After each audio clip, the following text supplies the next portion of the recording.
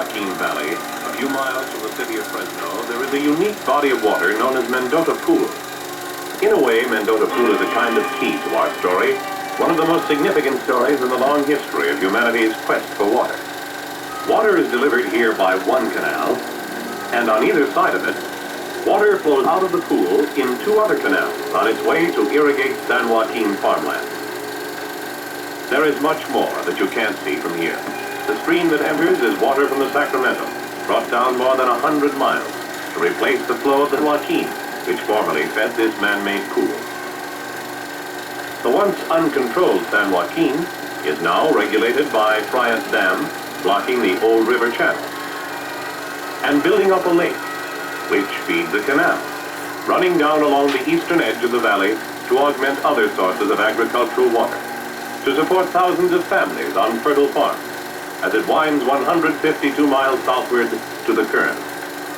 This dramatic exchange of water is made possible by far-separated structures and installations. It's one of the greatest artificial water transport systems ever designed and put into operation. This is the self-sustaining Central Valley Project.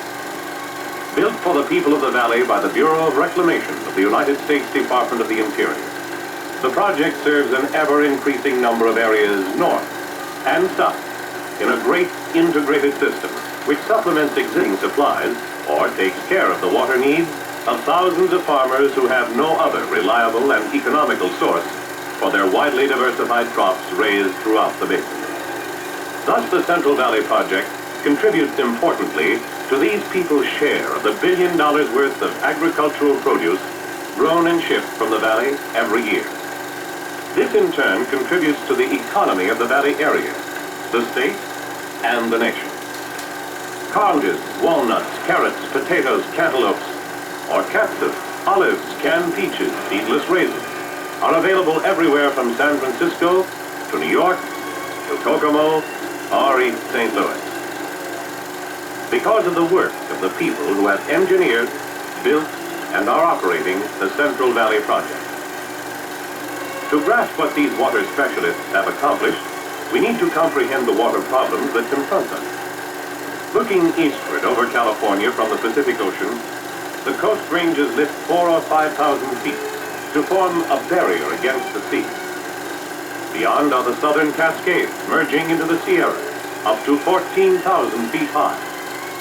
Between these mountain walls lies the great Central Valley Basin, about 500 miles long, and up to 60 miles wide. It is as big as Denmark. In this basin are the valleys of two rivers. In the north, the Sacramento. In the south, the valley of the San Joaquin.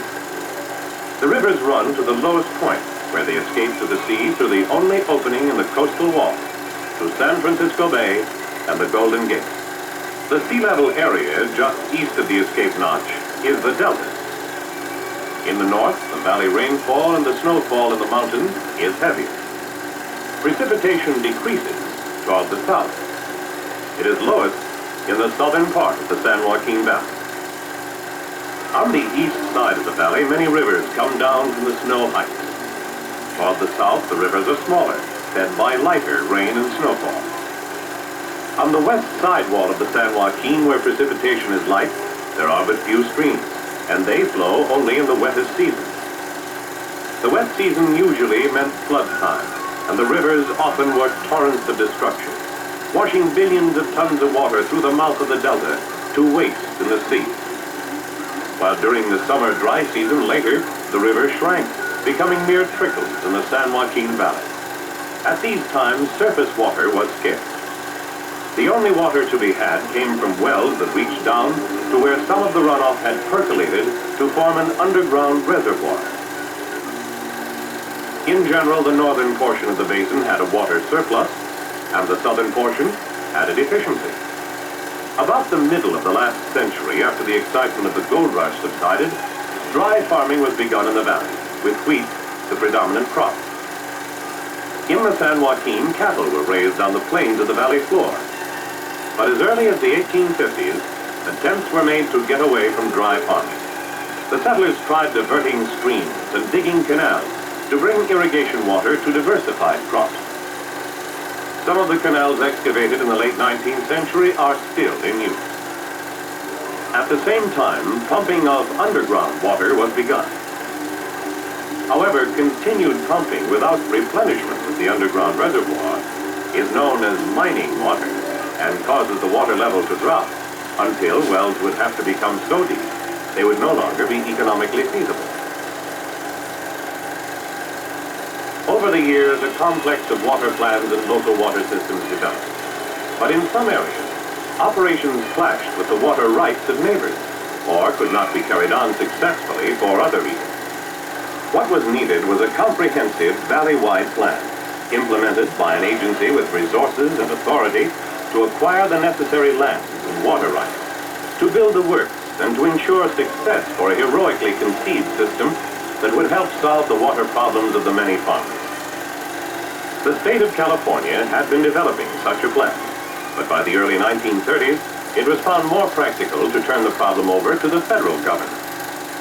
The agency with sufficient resources and a wide background of experience was the Bureau of Reclamation. Initial phases of the Central Valley Project involved damming the San Joaquin River to catch and control floodwaters as well as normal runoff for storage, to divert irrigation water north and south through the low rainfall area of the southern end of the valley. The normal flow of the San Joaquin River would have to be replaced at Mendota Pool, where water was already being taken to serve an area long under cultivation. Replacement water would have to be brought from the delta, and to ensure a constant regulated supply, the Sacramento River would have to be controlled to prevent floods, and also to maintain sufficient flow in the dry season, when salt water encroaching from the bay beyond would spoil the fresh river supply. The engineers selected a site on the Sacramento below where the tributary McCloud and Pitt rivers joined it to build Shasta Dam, creating Shasta Lake. Below the white tower of Mount Shasta, the prominent peak of the southern Cascade Range. Shasta Dam is one of the most immense structures ever reared by man. 602 feet above bedrock, the curving crest 2/3 of a mile long is higher than the Washington Monument. When measuring water capacity, an amount of water which covers an acre 1 foot deep, called an acre-foot, is the unit of measurement. Shasta Lake can contain 4,500,000 acre-feet, over 7,000 gallons for each man, woman, and child in the USA. Here, corralled in a calm lake up to 515 feet deep, are waters that began as plunging streams down the upper slopes of the mountains. Stored here, they represent floods that never happened, millions of acre-feet that would otherwise have wasted into the sea.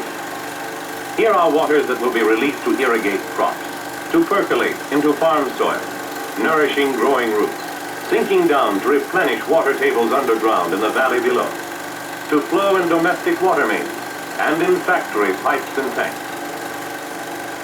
Here is water that need only be directed down through the penstocks to become again a plunging torrent and a controlled source of power. Shasta is a multiple-purpose dam. It is designed to contain abnormal stream flows for flood control, to store water for all uses, and to generate electricity. One of the basic requirements of the Central Valley Project was power to lift water from the delta up to the hillside canal that would transfer it south to the rich but dry San Joaquin Basin. This is where a large part of the power is produced. 85 tons of water a second from each of the huge penstocks sloping down from the dam can spin the turbines of 5 generators with a force of 500,000 horsepower.